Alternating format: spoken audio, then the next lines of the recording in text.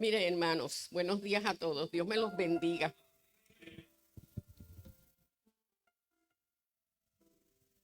Ayer yo conversaba con el Señor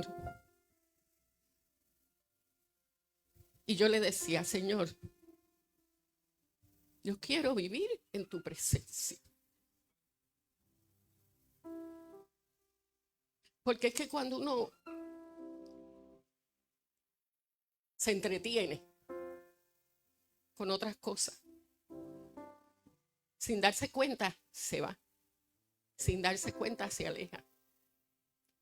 Y yo le decía al Señor, yo quiero esto todo el tiempo. Yo quiero estar en tu presencia. Porque es que cuando estamos en la presencia de Dios, nada nos saca. Nada nos quita la paz. Y mientras estaba aquí la alabanza y la adoración, y el hermano Richard comenzó a traer la palabra. ¿Qué tú quieres, mi amor? Esto. Gracias. Yo sentía que el Señor posó su nube. ¿Usted se acuerda cuando los israelitas, el Señor los llevaba y los dirigía a través de una nube? De día una nube y de noche, ¿verdad? El fuego. Pues yo sentía que la nube de Jehová se posó aquí y salían así como si fuesen chorros, como una lluvia de su presencia. La lluvia de su presencia está en este lugar. Simplemente nosotros lo que tenemos es que anhelarlo. Lo que nosotros tenemos que hacer es entregarnos, es irnos en adoración, en espíritu y en verdad, en corazón. Entregar el corazón en esa adoración. Que Él la reciba como olor fragante. Que cuando esa fragancia, esa adoración vaya subiendo, Él tenga que pararse para recibirla, porque el Señor se alegra tanto cuando Él recibe la adoración de su pueblo. Ama que el pueblo lo adore, porque salimos de Él y regresaremos a Él. Le pertenecemos a Él. Somos nosotros los que nos apartamos en muchas ocasiones. Estas vasijas están llenas de aceite para el final. Pero mientras yo estaba llenando esas vasijas con el aceite, me encontré esta vasija vacía. Y al principio la sacamos Eva y yo como, esta está de más, y la sacamos. Pero el Señor me dijo, no, te la vas a llevar. Porque a veces estamos dentro de la iglesia, pero estamos vacíos. No tenemos aceite en nuestras vasijas. Entonces tenemos que llenar todo el tiempo. Así que no seas como esta vasija que no tomó el aceite que le tocaba. Se quedó vacía. Llénate del aceite de Él, del aceite de su unción. Y hoy vamos a predicar bajo los niños y la viuda de Sarepta. Y hace tiempo que el Señor me venía inquietando de esta palabra. Y cuando la pastora me dijo, el próximo tema es la viuda y los niños, dije, ahí es, pastora, donde va la predicación. Sarepta. Pero el subtítulo es refinado para un propósito. Refinado para un propósito. Y usted ve estas vasijas que están aquí, les van a hablar de cómo el Señor nos refina. Y yo voy a utilizar 3 personas. No, sí, 3 personas voy a utilizar. En mi casa me vino una persona a la mente Y se lo comenté a la pastora. Pero le dije, voy a esperar a llegar a la iglesia y el Señor me dirá. Y cuando esa persona entró por la puerta, me confirmó que ella iba a ser la primera que iba a ser. ¿Por qué voy a utilizar esa persona? Porque aparte de la unción, esta mano a mí me tiembla, porque tengo supuestamente tremor, ¿verdad? Entonces, imagínense, si tengo el tremor más, entonces estoy bajo la unción, usted se puede imaginar, mire, yo tratando de hacer lo que tengo que hacer, no voy a poder. Así que necesito una persona que tenga un mejor pulso que yo. Y cuando yo vaya a hacer eso, yo voy a llamar a cada persona que el Señor me va a dirigir para que venga aquí y haga ese cambio. Así que vamos a la introducción. Primero que nada, Señor, te doy gracias, Dios. Te doy gracias, Señor, por tu presencia, por tu amor, por tu fidelidad, Señor. Padre, por tu cobertura, mi Dios amado. Porque abrimos nuestros ojos, Señor, y es un milagro tuyo, Padre Santo, el que nosotros nos encontremos con vida, Padre. Te damos gracias, Señor, por la provisión que tú nos entregas, Padre. Te damos gracias, Padre, por cada una de las familias que están aquí y las que no pudieron llegar. Y por aquellas, Señor, que van a recibir a través de las redes, Señor. Padre, bendice sus vidas, Señor. Cuídalas, mi Dios. Protégelas, pero sobre todo, mi Dios, tráelas a tu camino, Señor, como lo hiciste con nosotros, mi Dios. Gracias, Padre. Sé tú, mi Señor, fluyendo, Padre Espíritu Santo. Sé tú trayendo la palabra, Señor, que ya entró en mí y que ahora va a ser repartida al pueblo. Pero sé tú, Espíritu Santo, que mi humanidad, Padre, no estorbe. Que mi humanidad no obstaculice, mi Señor. Que seas tú, mi Señor, trayendo la palabra. Y que los corazones, Señor, estén dispuestos a recibirla, Señor, y hacerla suya, mi Dios. Gracias, mi Dios. Gracias, mi Señor. En el nombre de Jesús. Amén. Y para comenzar,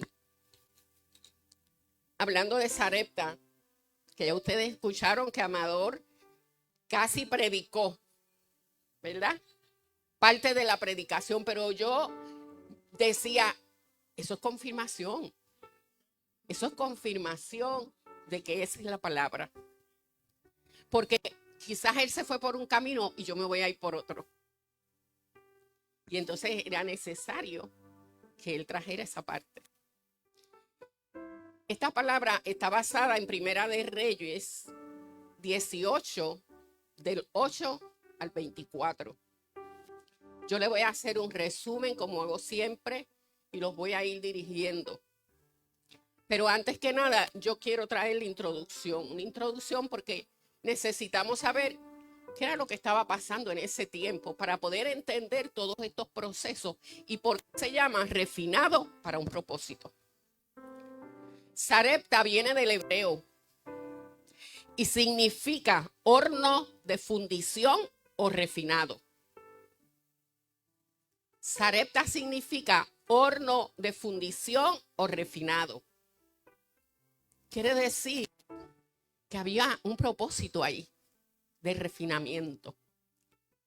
Significa que Elías iba a pasar por un proceso en el horno para ser refinado y lograr su propósito.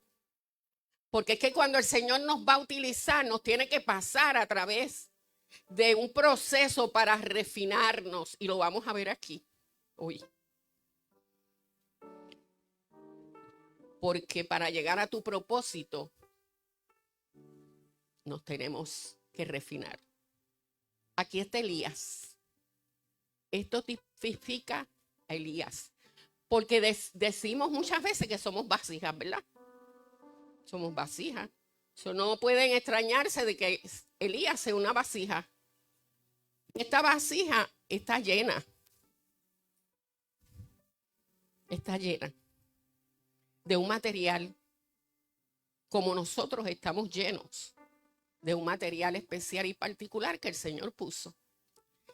Y que a medida que caminamos por la vida vamos recogiendo y vamos echando más material dentro de esta vasija. Puede ser material bueno como puede ser material malo.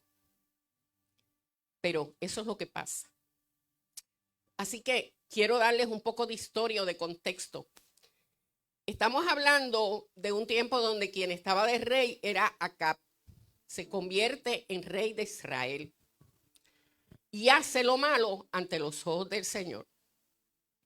Dice la palabra que fue el peor rey de todos los reyes anteriores, fue el peor rey. Entonces, Acab construyó templos y altares en Samaria para que los israelitas adoraran a Baal.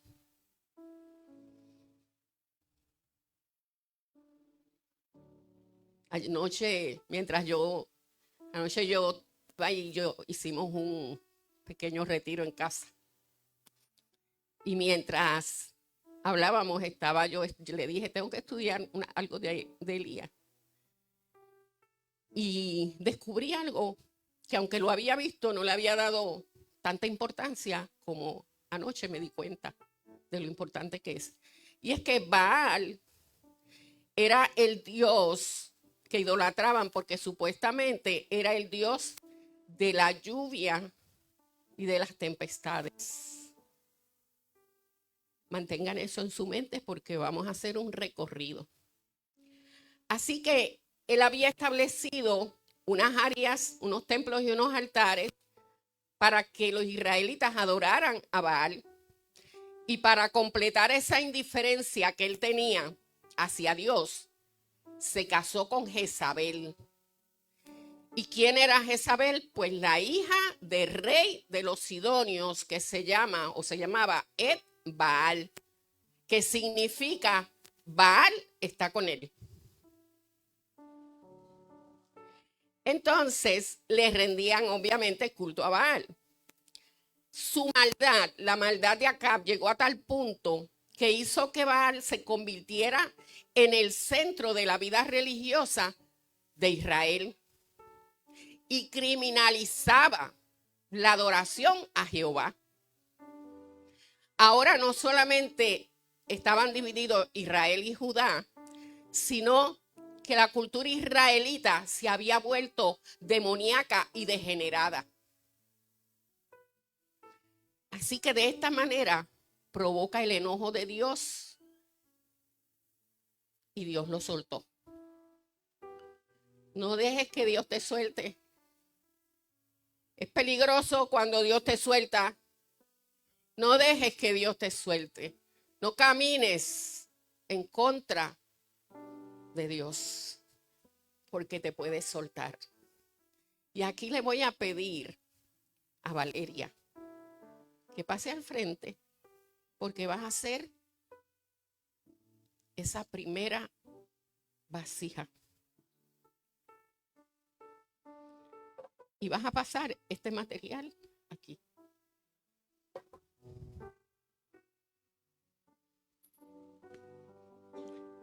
No, así. Así. Hazlo. No te preocupes. Sigue. Si no caben todos, sigue. Echa todo lo que puedas hasta donde se pueda llenar. Se llenó. Aquí quedó material, ¿verdad? Y esa no la recoges, porque eso es lo que sobra. Cuando Dios está refinando, va a dejar material fuera de nosotros. Cuando Dios comienza a refinarte, va a dejar fuera el material que estorba. Y va a dejar abajo otro material que tampoco necesitas. Solamente con este es suficiente. Así comienza el refinado de Dios. Gracias. Dios te bendiga.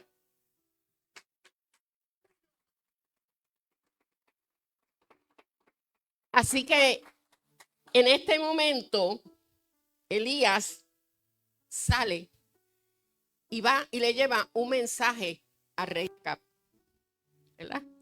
Y le dice que por los próximos años no habrá rocío ni lluvia hasta que él dé la orden. Cuando las personas aborrecen lo que Dios ha llamado bueno o aman lo que Él ha llamado malo, Él los deja obtener lo que desean. Y las consecuencias vienen incluidas como los kits. Él te deja, pero las consecuencias van a venir. Y eso lo podemos confirmar en Romanos 1, del 24 al 28. Así que la orden fue dada. Y el Señor le dice a Elías que se vaya al oriente y se esconda en el arroyo de Querit, cerca de la desembocadura del río Jordán. Y Elías obedeció. Allá escondido entre las montañas, lo protegía, pero también lo preparaba para su próxima misión.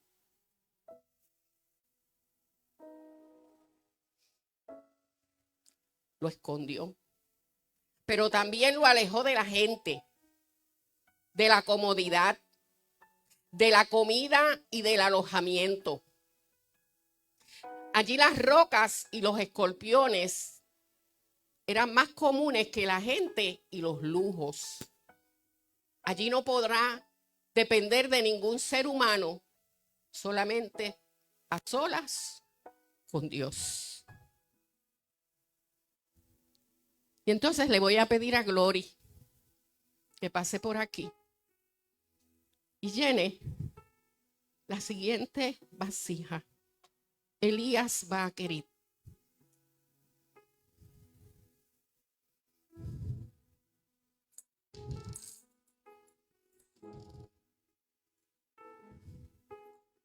Dale un canto, exacto.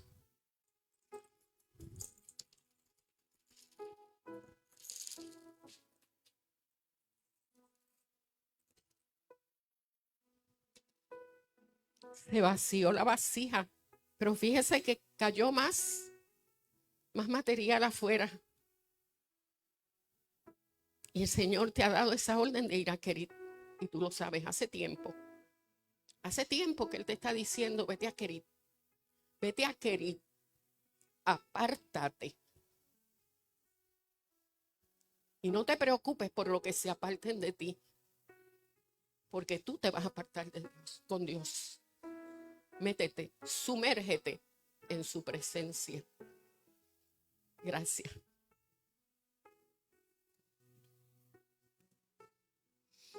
A veces es necesario ser bajado del lugar en el que comenzamos a sentirnos esenciales y enseñarnos que no somos indispensables para los planes de Dios. Wow. Ahí es donde nos envían al valle de Querit. Nos alejan de personas y de relaciones.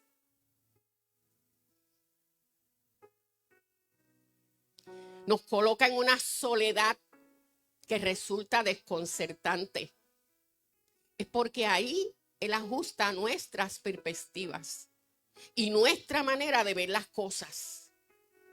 Él corta nuestro orgullo y reorienta nuestras prioridades.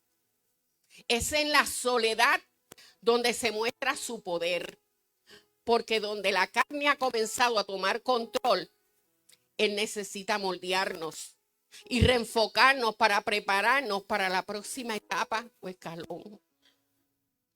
Porque cuando Dios va a tratar contigo, te lleva a través de 3 pasos. Te aparta o separa, número 1. Cuando tú sientes esa convicción en ti sobre algún aspecto de tu vida y te obliga a dejar atrás un hábito, una ambición o una relación que te detiene de ir a donde Él quiere llevarte, te está apartando. Número 2, te manda a volver o a regresar. Es cuando sientes que nada sale bien, que tienes que volver a Él. Cuando obedeces, te comienza a mostrar una nueva dirección, un nuevo interés o un nuevo propósito. Número 3, te manda a esconder. Ahí tú sientes que tienes que sumergirte de lleno en las lecciones que te quiere dar, en las disciplinas que quieres reavivar en ti. Te inquieta soltar los ídolos que te detienen de seguir tu compromiso con Él y que mantienen tibio tu corazón. Porque Él no nos quiere tibio. Dice que si somos tibios nos vomitará. Él no nos quiere tibio. Descansa allí hasta que Él determine que es tiempo de liberarte y de salir. Número 4, te manda a beber confianza. Tienes que tener confianza, tienes que dejar que Él te dirija. Él está produciendo algo en ti que vas a necesitar más adelante. Bebe de su agua. Número 5, te envía cuervos a alimentarte. Es cuando te sorprendes, porque la ayuda viene de quien menos te imaginas. Quizá gente que no le sirve al Señor, pero es ahí donde tú ves su mano, porque es ahí donde se glorifica. Yo recuerdo una pequeña historia, vamos a ver si me acuerdo bien de ella. En esa historia había esta mujer que le había estado pidiendo al Señor, porque estaba pasando por una necesidad y le estaba pidiendo provisión. Y estaba en su casa, ¿verdad? Orando. Y había un vecino que sabía que ella era una mujer cristiana y de fe. Pero él no era creyente. Y él le molestaba esa mujer de alguna manera. Y él sabía que ella estaba pasando por una necesidad y ella estaba orando al Señor. Y él se fue, hizo unos encargos y llegó hasta su puerta y le tocó. Y cuando ella abrió, él le dijo, aquí te envía el diablo.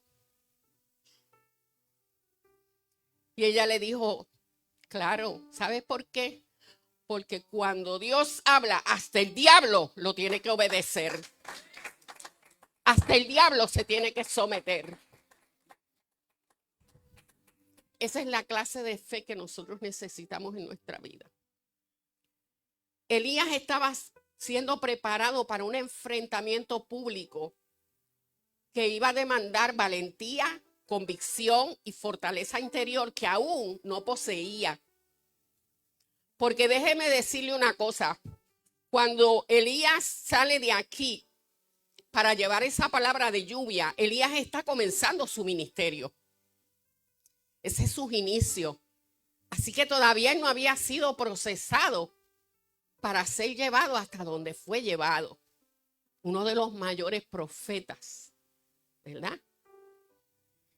Así que Kerit era el lugar donde Dios produciría eso que él iba a necesitar más adelante.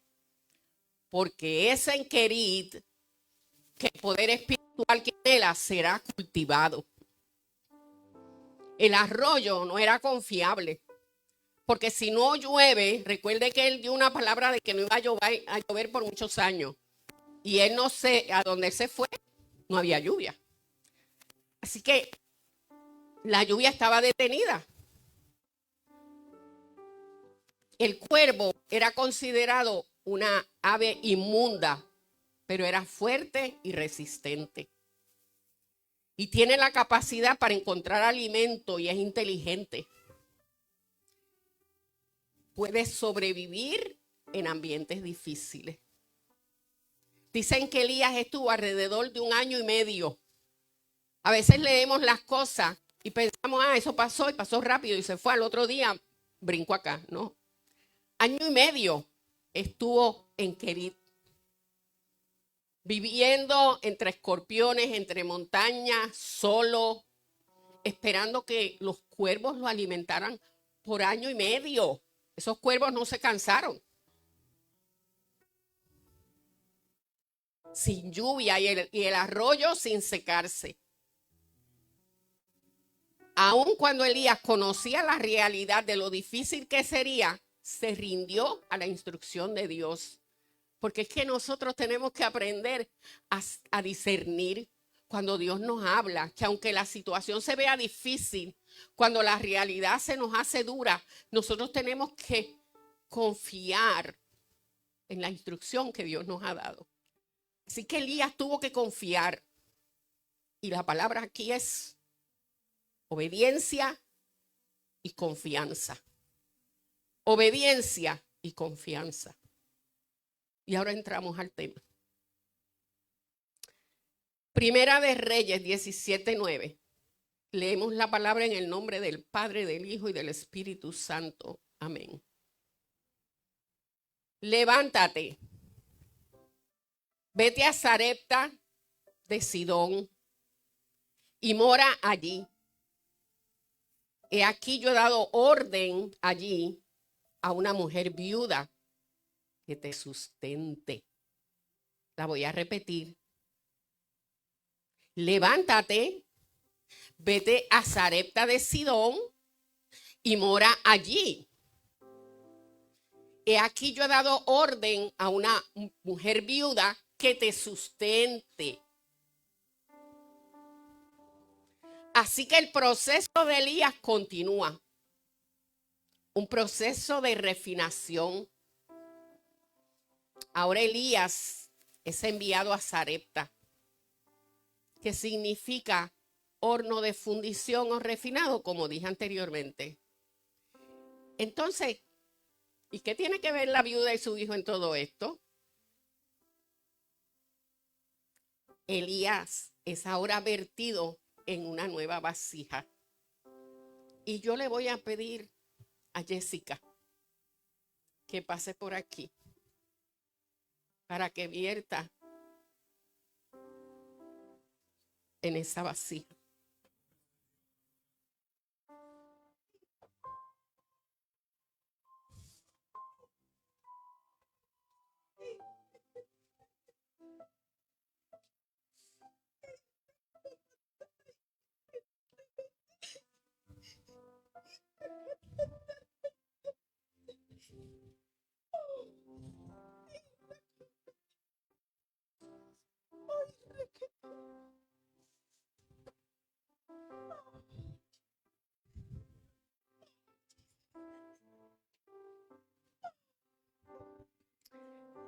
A lo mejor algunos no conocen a Jessica, pero Jessica estuvo en de los primeros talleres que yo hice aquí en la iglesia. Y ahí la conocí y la amé. Y nos vemos de vez en cuando, no siempre, pero de vez en cuando. Pero el amor continúa. Vacía, esa vasija.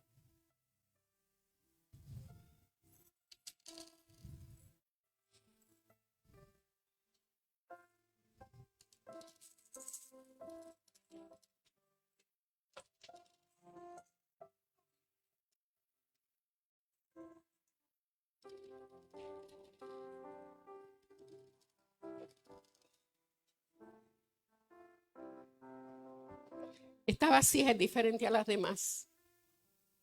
Esta vasija es un corazón. Porque ese es el corazón que tú tienes. Porque tú tienes un corazón bondadoso, de servicio y de dadora. Porque tú te convertiste en columna, como me decía ayer la pastora, de esta iglesia, cuando tú llegaste y diste aquel depósito que fue dado por primera vez para este templo. Cuando nosotros no habíamos pedido ni le habíamos pedido, pero tú llegaste dirigida por el Señor y dijiste, pastora, no sé para qué es esto, pero aquí tiene esta cantidad de dinero que era justa el depósito que íbamos a dar. Entonces te convertiste en esta columna de esta iglesia. Aunque tú no estés aquí, aunque tú no vayas a otra iglesia, eres una columna. Y Dios conoce tu corazón. Y Dios va a estar trabajando para ti. Porque Él conoce toda la situación que tú estás pasando. Él conoce tu corazón. Sobre todo conoce tu corazón, Jessica. Confía y obedece. Dios te bendiga. ¿Se fijan que se llenó? Y se regó más. Y se quedó también en la vasija. Mire, esto no fue a propósito, ¿sabe? El Señor me inquietó ayer a ir a buscar vasijas. Primero me había inquietado con estas dos. Y fui y las busqué. Y después me inquietó con estas. Y yo decía, tienen que ser como de cristal, porque yo quiero que se vea. Porque hace varios años atrás, no sé, de los que estaban aquí, creo que Charlene Amador, dimos un taller para líderes, muy similar a esto que estoy dando hoy. Y yo fui y tomé las vasijas sin fijarme. Sí me fijé en esta del corazón y esa la traje, pero no pensando en nada, simplemente me gustó y la traje. Pero cuando yo empecé a hacer el ejercicio en mi casa, porque yo empecé a hacer el ejercicio en mi casa, ahí es que me doy cuenta que yo no lo podía hacer. Porque cuando lo estoy haciendo se empiezan a derramar las piezas, ¿verdad?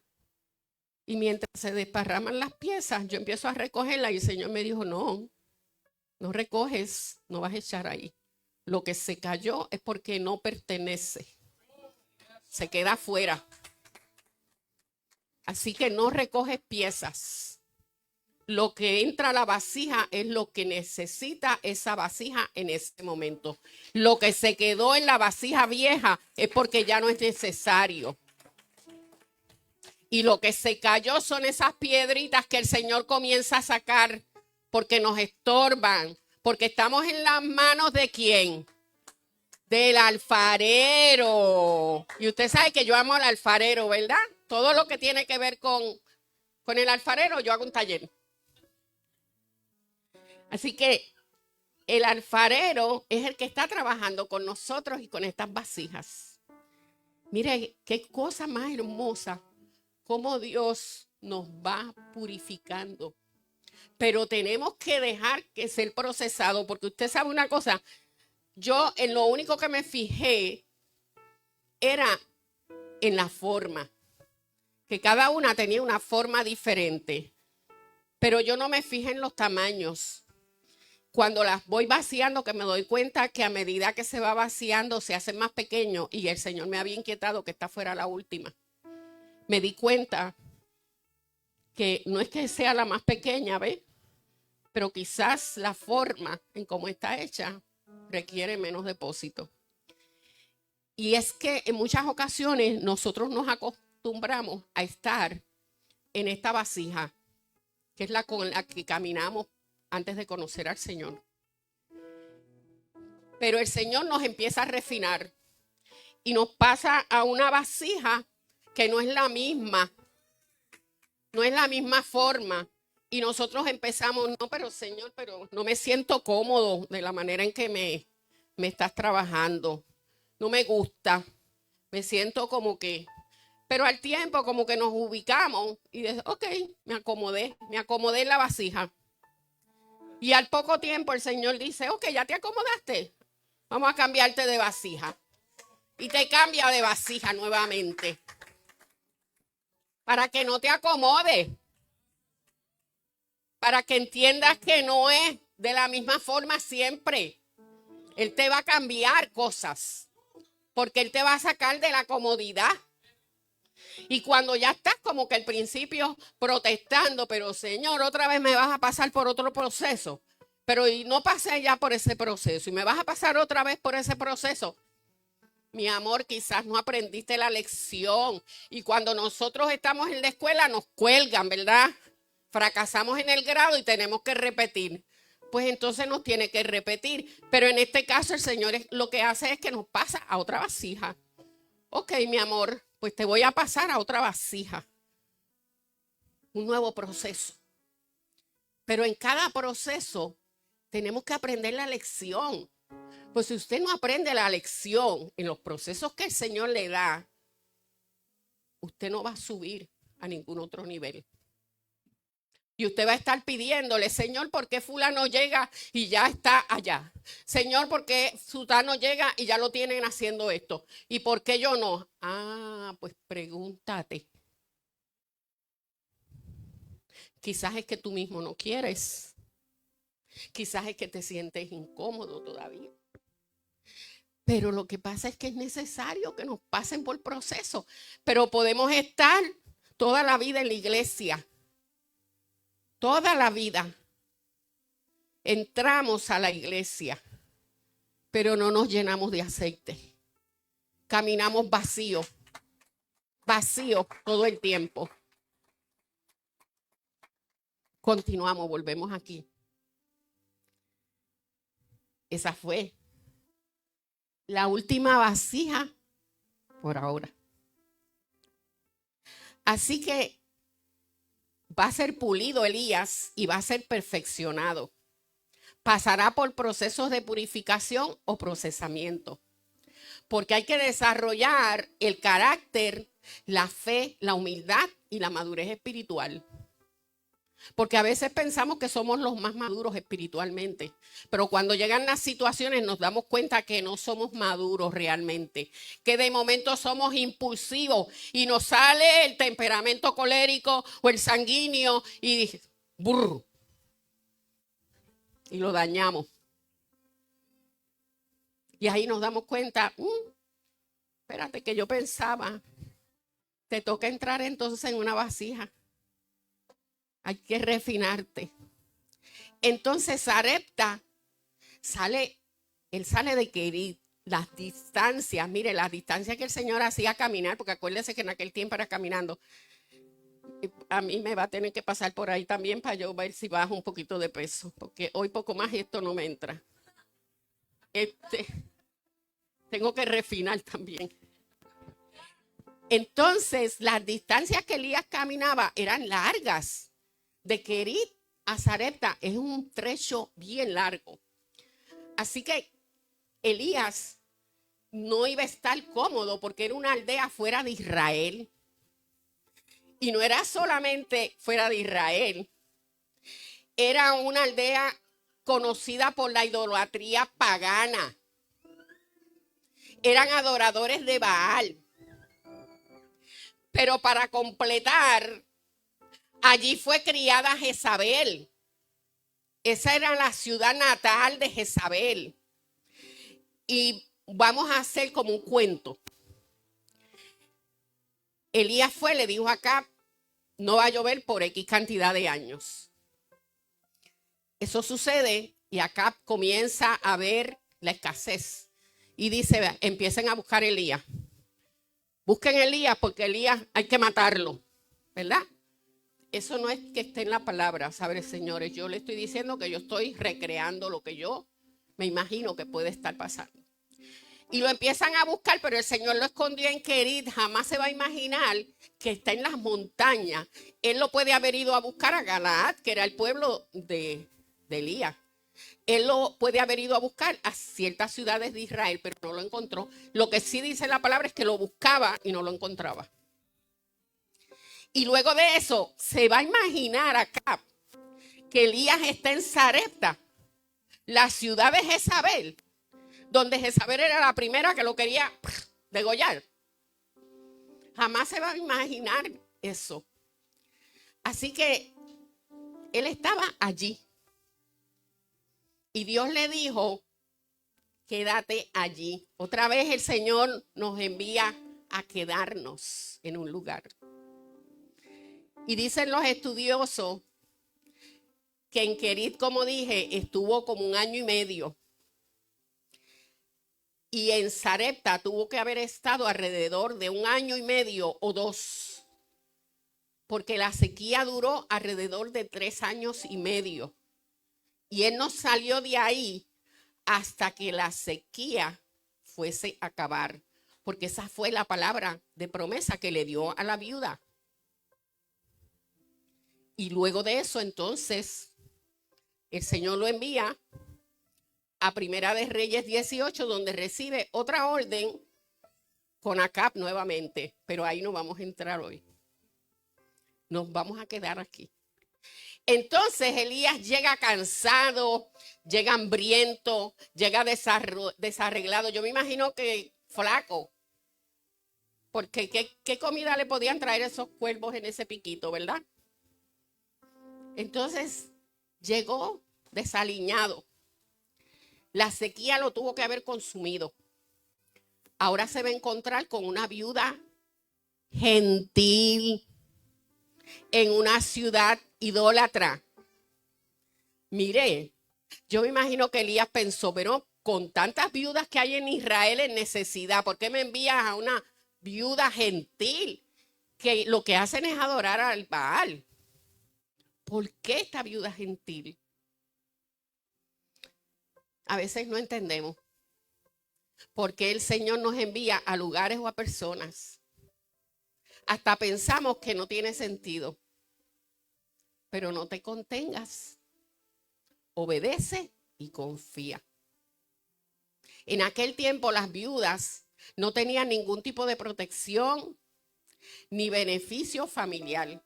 El acceso a la esfera pública era nulo.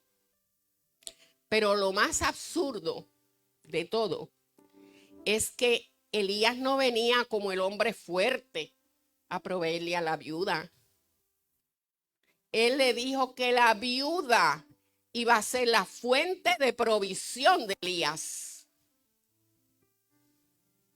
Qué irónico. Y su orgullo, que una mujer gentil lo alimentara. Primero los cuervos y ahora la viuda. ¿Qué proceso? Usted sabe que a veces el Señor nos tiene que enviar a ciertos lugares donde nosotros pensamos que vamos a recibir, pero vamos a dar, o viceversa. Elías iba a recibir alimento, ¿verdad? De la viuda. Pero él iba a darle otro tipo de alimento a la viuda, alimento espiritual, porque esto es como una negociación. Usted sabe que dicen que lija con lija, ¿cómo es?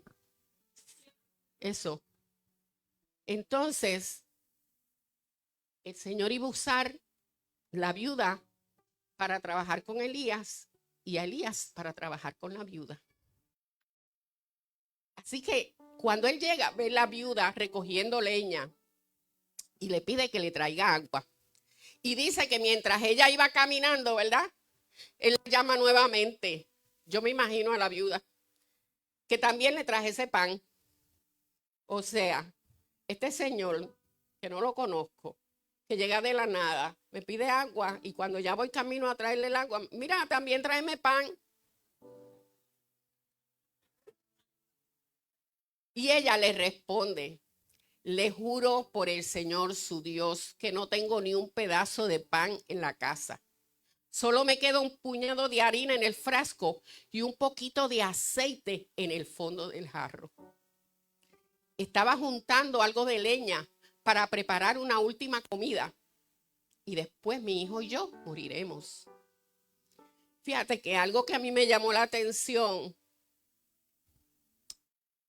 es que ella reconoce que no es de ahí primero, porque él le dice, le juro por el Señor su Dios.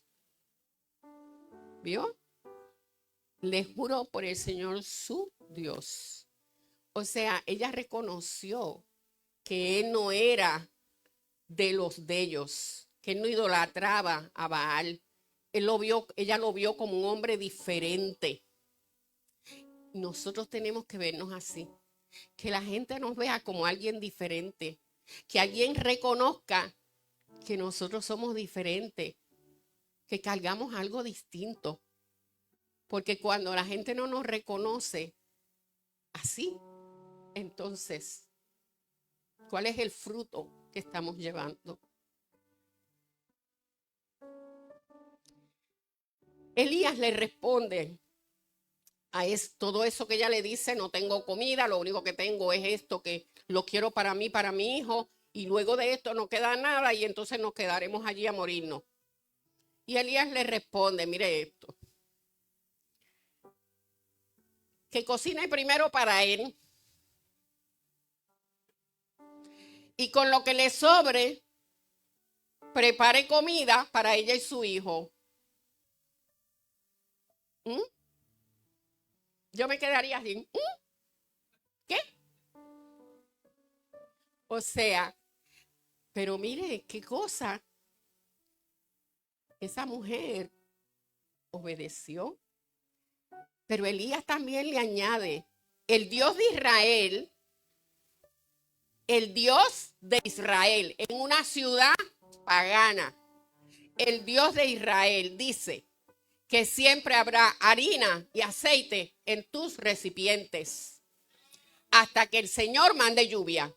Por eso es que digo que Elías se tuvo que quedar ahí hasta que el Señor le diera la orden de que la lluvia vuelve y entonces se tiene que mover.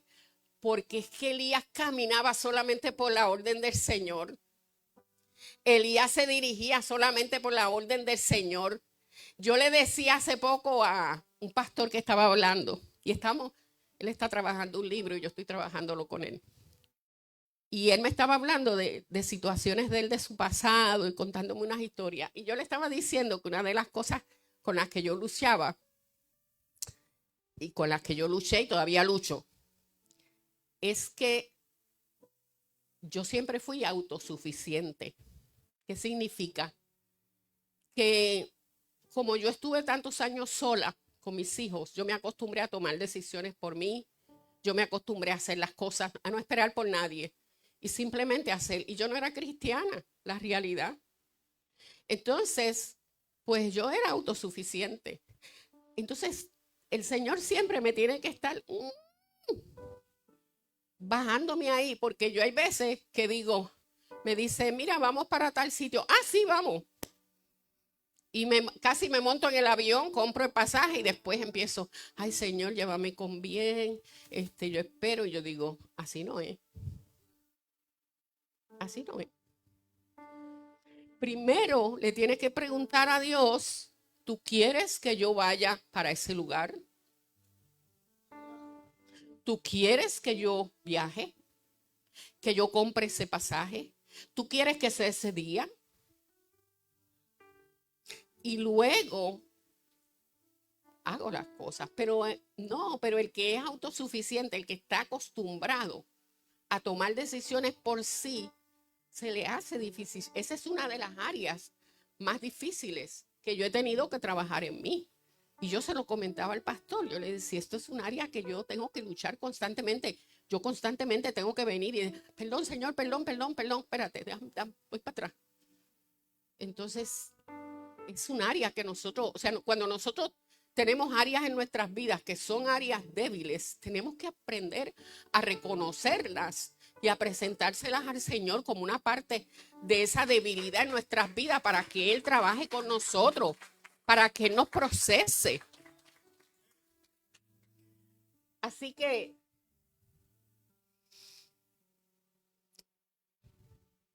tiempo después, les dije que Él estuvo ahí como año y medio, casi 2, ¿verdad? Tiene que haberse establecido una relación bonita, de respeto, porque Elías era un hombre de monte. Elías era un hombre solitario que estaba acostumbrado a caminar solo y de las montañas, o sea. En la Biblia nunca se ha mencionado, e incluso cuando yo hice mis estudios en teología, buscamos a ver si él de alguna manera aparecía como una persona casada y no aparece nada. Me imagino que él no era un hombre casado. Sin embargo, él respetó a esa viuda. Hubo una relación bonita entre ellos por ese tiempo que estuvieron ahí. Pero tiempo después, el niño se enferma y muere. Y ella le reclama a Elías. Y ella le dice, ¿a qué viniste? ¿A señalarme mis pecados y a matar a mi hijo? Es normal que una persona reaccione de esa manera, ¿verdad? Porque no era una mujer cristiana, era una mujer que había caminado toda su vida como idólatra. Estaba empezando a conocer. Pero Elías se mantuvo en silencio. Y aunque lo puedo imaginar un poco desesperado y confundido por dentro, pero en silencio no le responde. Se lleva al niño hasta su cuarto, lo pone en la cama y le clama al Señor y le pregunta por qué le había traído esta desgracia a la viuda. Una persona que le abrió su casa. Y Elías, en medio de ese clamor, y puso ese niño en la cama, se tendió 3 veces sobre el niño. No una, 3 veces sobre el niño. Y clamó al Señor para que le devolviera la vida a ese niño. Y al tercer clamor, el Señor le devolvió la vida al niño. Y Elías bajó y se lo entregó a la madre. Y ella, al ver a su hijo vivo, le dijo, ahora estoy convencida de que eres un varón de Dios y que de verdad el Señor habla por medio de ti. ¿Qué vemos aquí?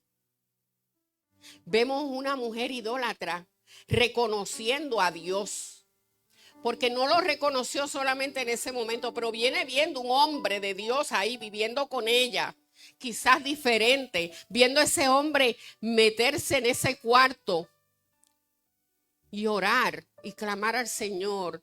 Ella vio un hombre de Dios.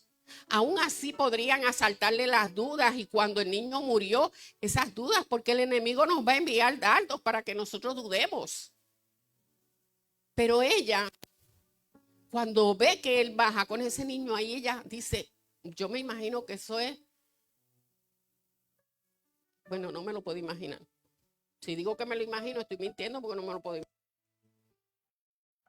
O sea, yo digo que para esa viuda y ese niño jamás se han podido olvidar de Elías y de Dios. Y yo me imagino que esa mujer se convirtió al Señor y le oraba al Dios de Israel.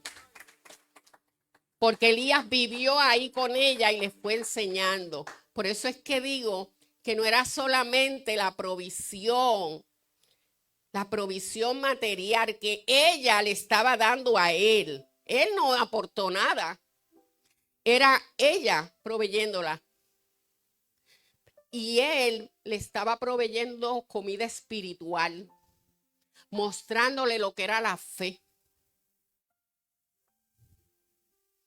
Habrá momentos en que tú serás llevado a lugares donde por medio de tu testimonio otros se convertirán. Donde quizás llevarás la palabra que la persona necesita.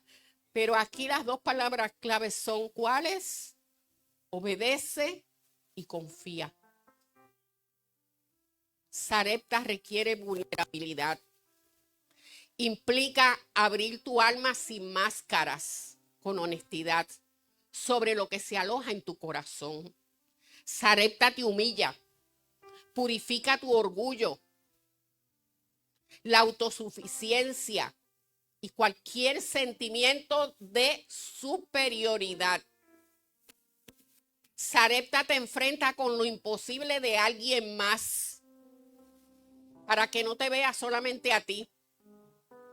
Sarepta nos enseña que podemos intercambiar orgullo por humildad, autoconfianza por confianza, independencia por dependencia de Dios, dudas por firmeza de fe y pánico por paz.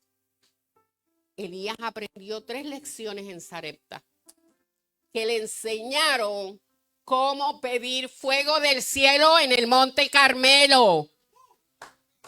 porque su próxima misión iba a ser el Monte Carmelo. Así que Elías tuvo que pasar por Kerit y por Sarepta para llegar a Monte Carmelo. Primera lección. Lleva el problema delante de Dios en oración. Elías llevó al niño ante Dios. No enmascaró el asunto. No negó lo que sucedía. No suavizó los detalles. Fue con todo su corazón a Dios, que era el único que podía soplar vida en la situación. Cuando tú tengas un problema, lo primero que tienes que hacer es llevarle el problema delante de Dios en oración. Segundo, cultiva un lugar de prioridad para la oración.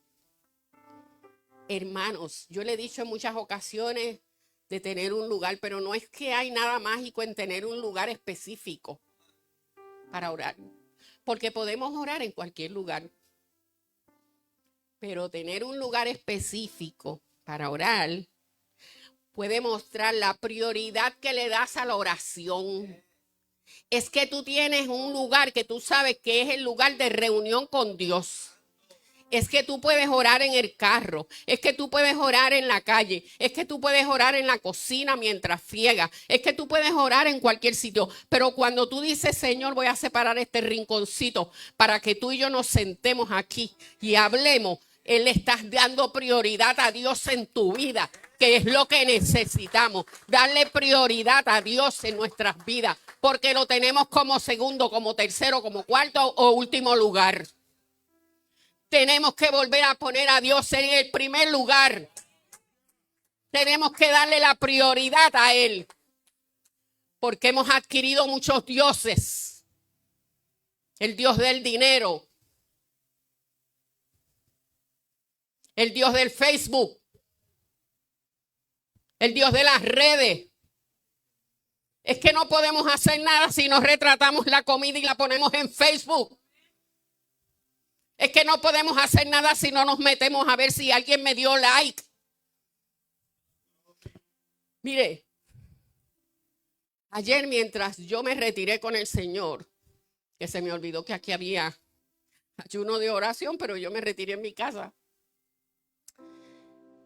Yo le dije al Señor, hoy no voy a tocar nada. Ni voy a entrar a las redes. Y yo no me paso en las redes, sabe que conste, porque eso es algo que yo he aprendido. Pero de vez en cuando uno entra y mira, ¿verdad? Le dije, hoy no voy a entrar a las redes. Cuando estoy muy aburrida, yo les confieso que yo tengo jueguitos de esos que trabajan con tu inteligencia para que no te pongas más viejita. Que te trabaje la mente y te haga pensar. So, le dije, no voy a jugar con esos jueguitos tampoco hoy. O sea, hoy me voy de ayuno, de todo lo que sea, salirme de tu presencia. Es contigo. De vez en cuando tenemos que hacer eso. De vez en cuando no es solamente ayunar de la comida, es ayunar de las cosas que nos atan, de las cosas que se convierten en idolatrías en nuestras vidas, de las cosas que nos están quitando atención. No nos desenfoquemos. No idolatremos ni siquiera a nuestros hijos. Yo le decía a Eva ayer que el viernes en la madrugada, amanecer sábado, yo soñé con mi hijo que murió.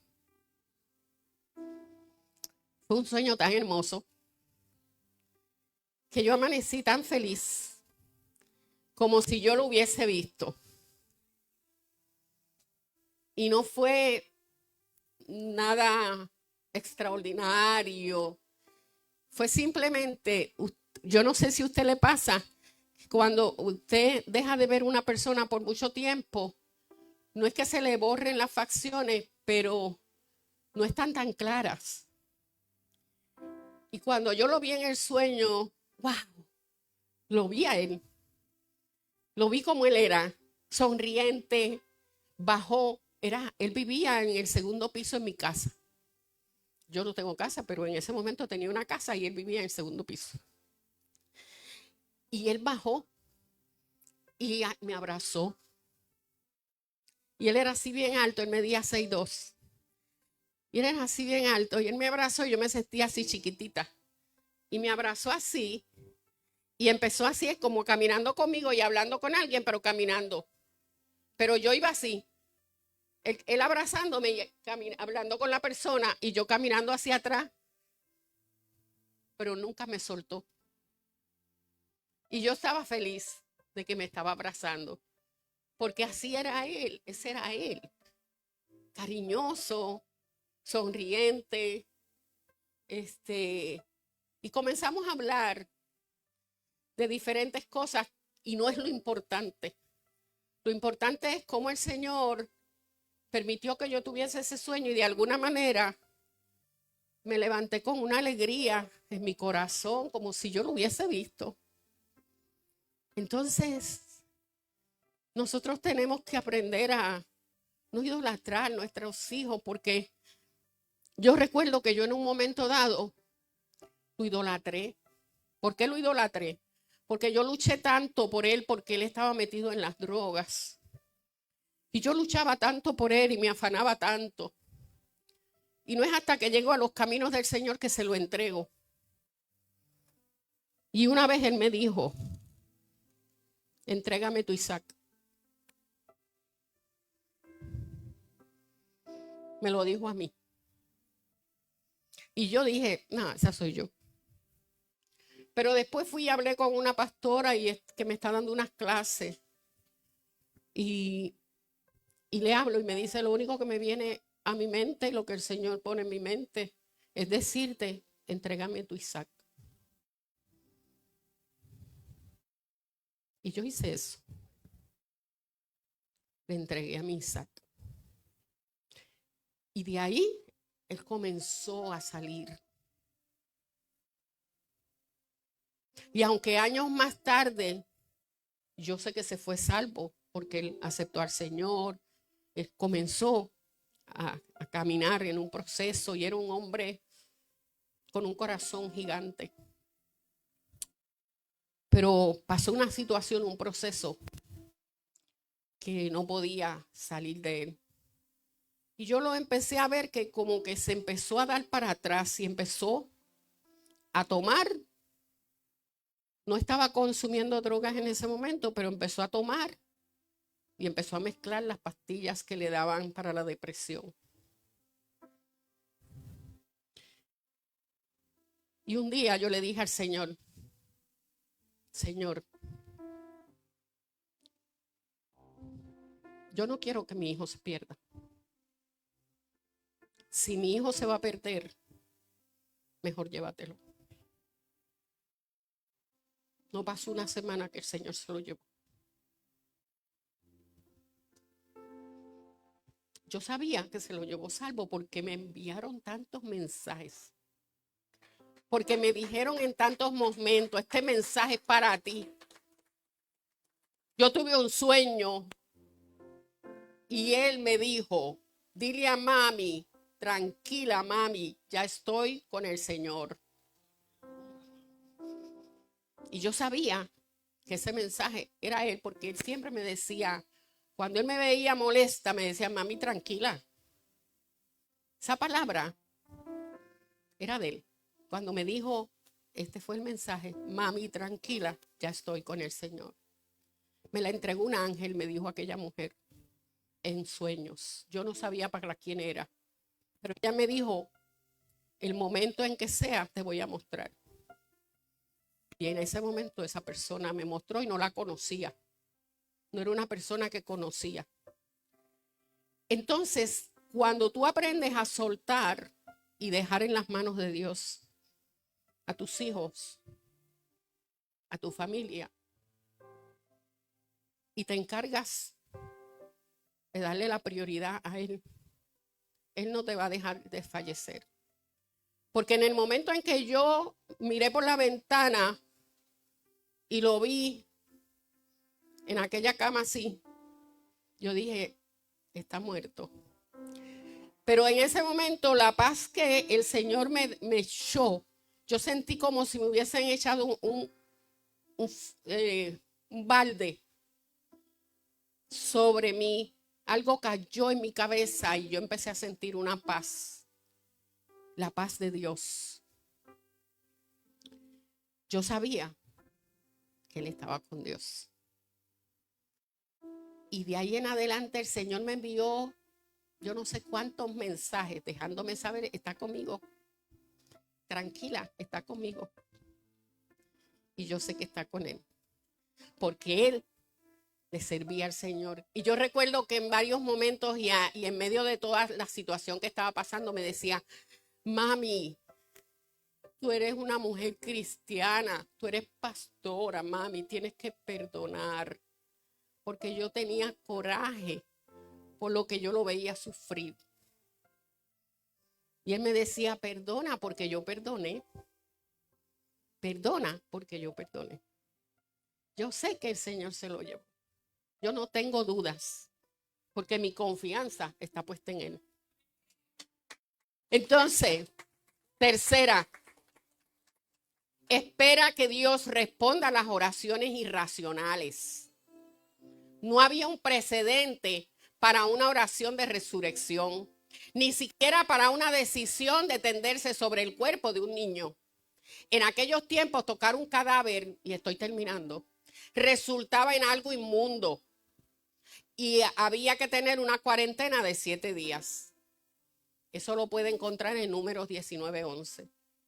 Sin embargo, su compasión por la familia que se forjó en el fuego de su propia necesidad y de su propio sufrimiento, barrió con todos los protocolos.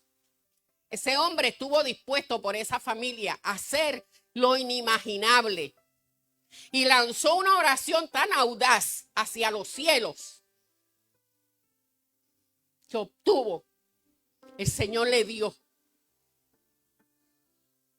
lo que el Señor sabía, porque no es que el Señor se lo diera simplemente. El Señor sabía lo que iba a pasar, pero él estaba esperando eso. Que Elías fuera audaz, porque él necesitaba un hombre audaz, porque él se iba a enfrentar al Monte Carmelo, y en el Monte Carmelo él se iba a enfrentar a 450 profetas de Baales. So, él va a tener que ser un hombre audaz, valiente para poder hacer eso. Todos los procesos pasados en Galaad o en Samaria, en Kerit y en Sarepta, transformaron un concepto espiritual en un concreto espiritual. Elías ya no solo poseía la fe, Elías vivía la fe. Su fe se encendió en llamas. Kerit es aislamiento y dependencia. Sarepta es servicio, es compasión y es provisión.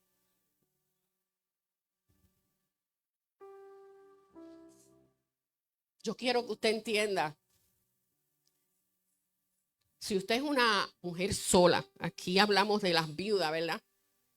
Pero también es para aquellas mujeres que están luchando solas. Si usted es una mujer sola, no piense que usted no tiene nada que ofrecer. No piense que Dios no la va a usar.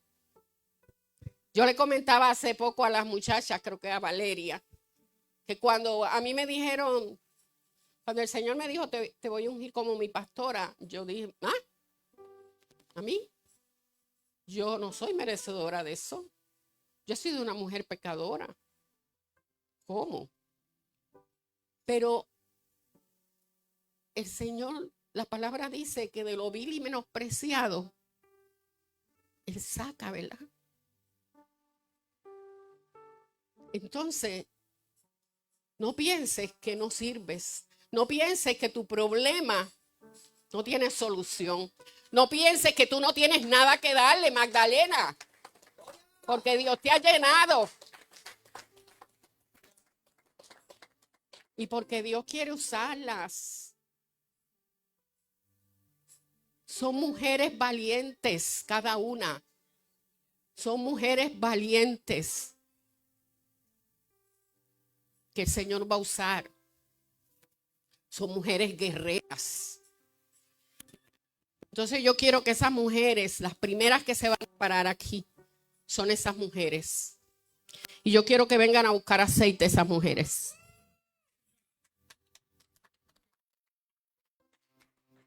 Esas mujeres que son solas, vengan a buscar su aceite. Y el aceite está ahí. Cógelo de la jarra. El aceite te lo da el Señor. El Espíritu Santo va a trabajar contigo. Toma del aceite.